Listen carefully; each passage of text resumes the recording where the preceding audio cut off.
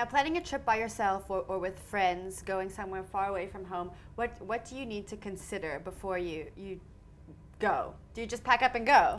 Ooh, consider the time of year that you're going. Not only because of the weather, because obviously that'll determine what it is that you pack, but also the season, in the sense that when you're in Europe, for example, and you go along the Mediterranean, so you're visiting Spain, you're visiting Italy, Croatia, Greece, even up to Portugal, those places just have an influx of tourists during the summer times. So consider that. Consider where it is that you want to go to.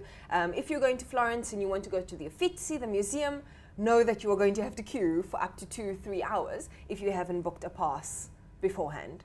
So these are things to consider. Look, if you go out of season, then obviously queues are shorter. Right. You're probably going to pay less when you stay in your hostels because the demand isn't as great. So there are quite a few things to consider. Consider your currency as well. How much is the rand to the euro? If you're going over, depressing, I think, sometimes. Yes, to an extent, yes. Yeah.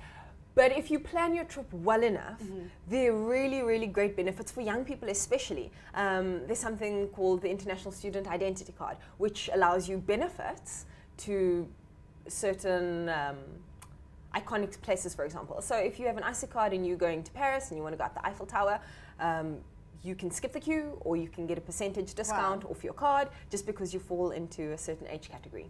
So there are those benefits. One just needs to do some research and shop around. Now, I want to talk about some budget things, since we're talking about money and the rand being so low. Would you recommend staying at backpackers?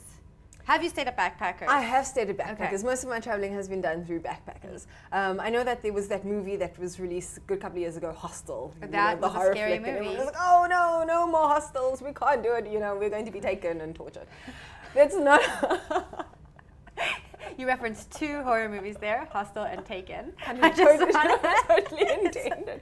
It's not like that at all. Look, you get your budget hostels where you're paying the equivalent of, say, 150 Rand per night, and you're sharing it along with 11 other people. So you have a 12-bed dorm.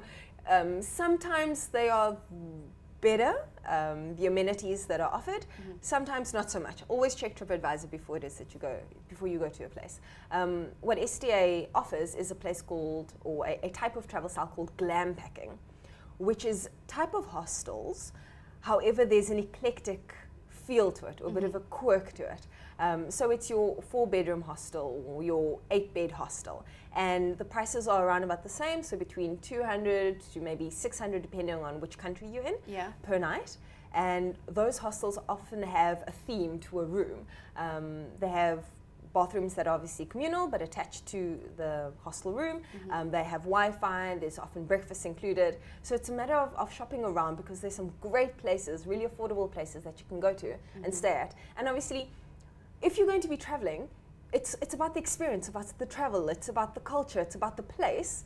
The hostel's just kind of there so that you can sleep and have a place to lay your head. The first time I stayed in a hostel, it was a little bit of a shock to me, but then I loved it afterwards. I think it's different because as South Africans, hosteling isn't really a culture of ours. And so the first time you come into contact with them, it's like, whoa, there are people passed out in the train. Right? It's 11 o'clock in the morning, and you know people are having a party outside.